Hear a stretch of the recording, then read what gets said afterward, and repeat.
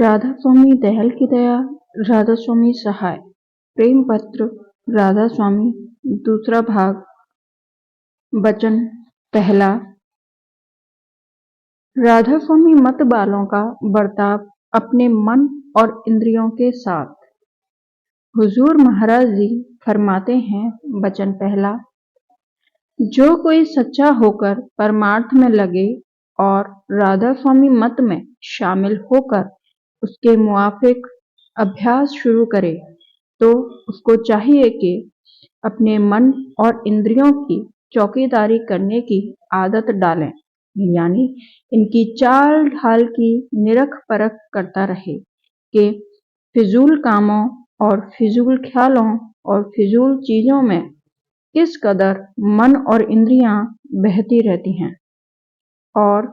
उन कामों और ख्यालों और चीजों से इनको जब जब उस तरफ को जावें रोकता रहे। वचन दूसरा, यह काम एक दिन या जल्दी का नहीं है, जन्मान जन्म और जुगान जुग और साला साल में यह मन इंद्रियों के वसीले से मुनासिब और नामुनासिब और जरूरी और फिजूल ख्यालों और कामों और पदार्थों में भटकता रहता है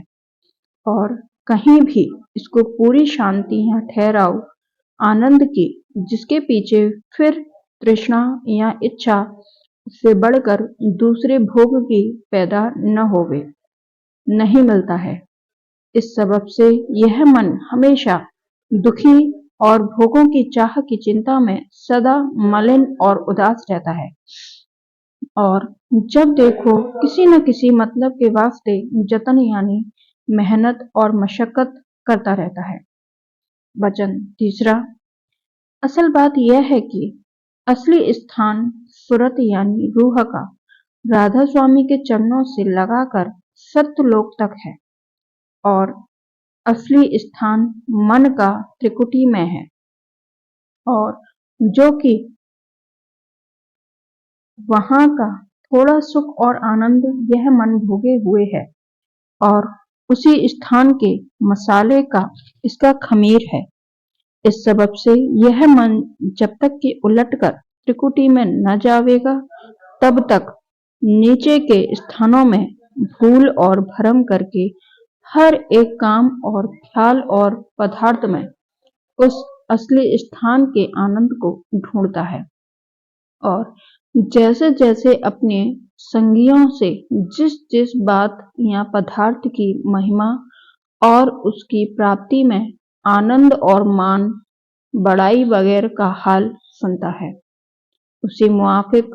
उस पदार्थ के हासिल करने के लिए मेहनत और जतन करता है। जब वह पूरा आनंद नहीं मिलता तब उसी पदार्थ और उसी काम से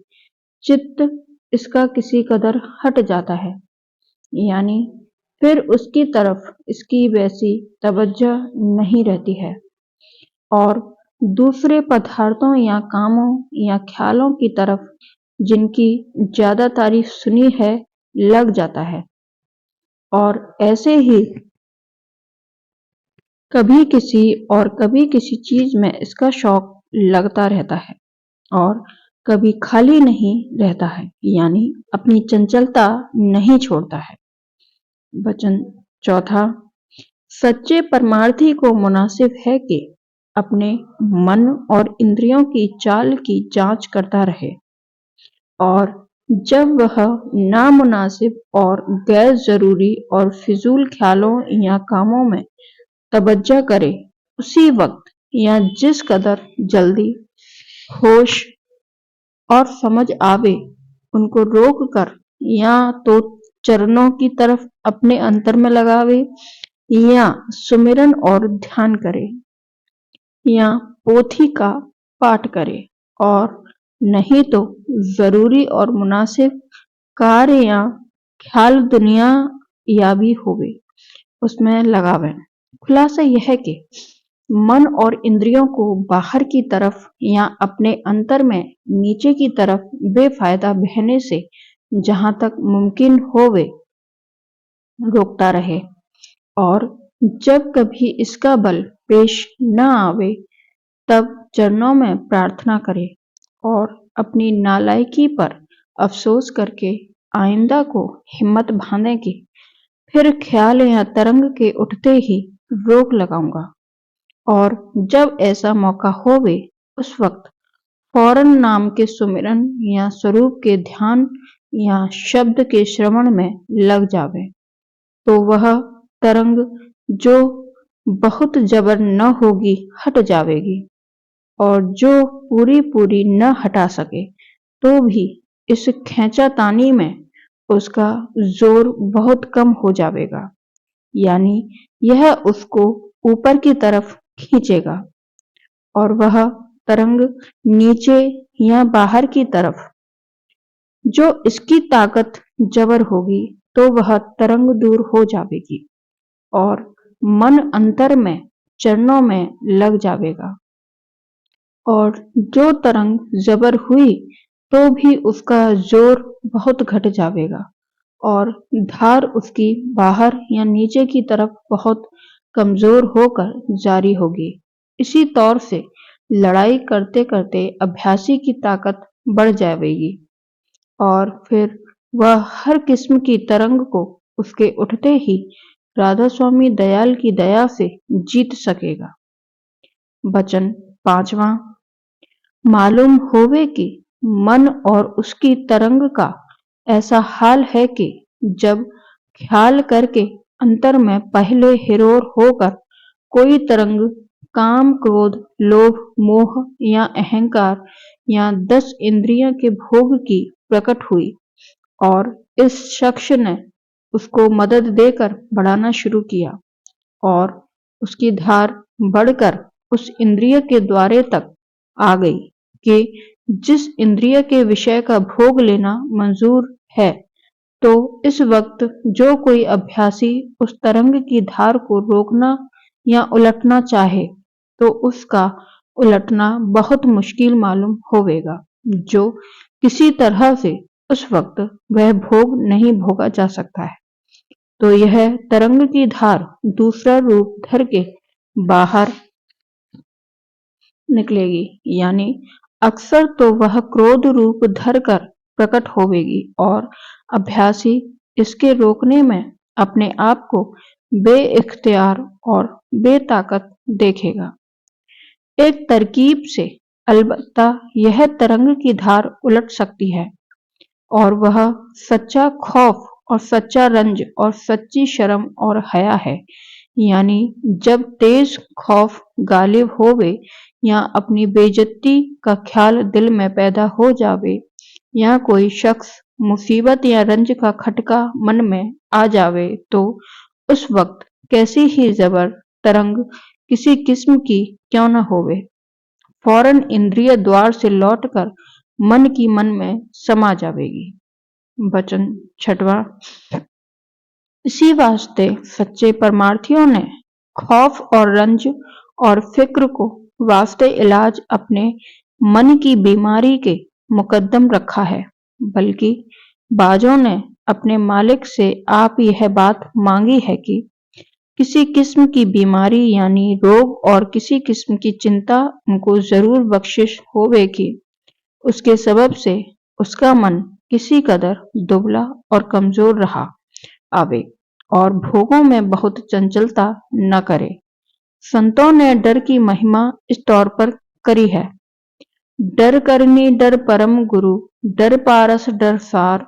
डरत रहे सो ऊवरे, गाफिल खाई मार। वचन 7वां। और रोग और शोक और चिंता के निस्बत ऐसा कहा है, रोगी सदजीवित रहे बिन रोग ही मर मर जाए, सोगी नित हरकत रहे बिन सोग 84 जाए, चिंता में जो नित रहे सो मिले अचिंते आए। वचन 8वां। खुलासा यह है कि जो अपने मन को परमार्थ की चिंता में रखेगा और सच्चे मालिक और सतगुरु की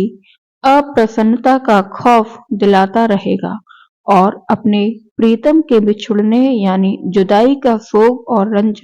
उसके मन में जब तब पैदा होता रहेगा और दुनिया और अपने मन की बीमारी का हाल देखकर सुस्त और उदास होता रहेगा। वही शख्स जल्दी मन और इंद्रियों को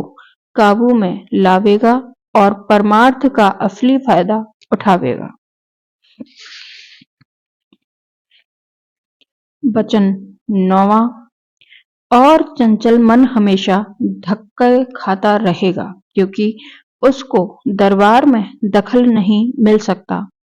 और रास्ते ही में से काल और माया उसको उसकी चाह के मुआफिक अनेक तरह की तरंगें उठवाकर गिरा देंगे, यानी नीचे की तरफ को वापस कर देंगे और उसकी चढ़ाई नहीं होने देवेंगे। वचन 10वां। अब विचारना चाहिए कि सच्चे परमार्थी को किस कदर जरूरत अपने मन और इंद्रियों के संभल की है। इसी का नाम निरख और परख है। निरख से यह मतलब है कि अपने मन और इंद्रियों की चाल पर नजर रखे और परख यह है कि जब वे गैर वाजिब या नामुनासिब या गैर जरूरी और फिजूल कामों या ख्यालों या चीजों या बातों में लगे तो उसी वक्त उनको उस तरफ से हटाकर मुनासिब और फायदेमंद काम और ख्याल में लगावे। बहुत से इल्म वाले लोग भी अपना बर्ताव और व्यवहार बहुत संभाल के साथ रखते हैं और अपना वक्त फिजूल कामों या बातों में खर्च नहीं करते। फिर परमार्थी पर तो उनसे भी ज्यादा फर्ज है कि अपने वक्त की संभाल रखे कि वे फायदा खर्च न होवे और अपने मन और इंद्रियों की भी रोक रखें कि नामुनासिब और फिजूल कामों और बातों की तरंगें न उठावें। तब कोई दिन के इस किस्म के अभ्यास से वह अपने मन और इंद्रियों की सच्ची और पूरी चौकीदारी और संभाल कर सकेगा और फिर परमार्थ का गहरा फायदा हासिल करता जाएगा। राधा स्वामी दयाल की दया, राधा स्वामी सहाय, राधा स्वामी।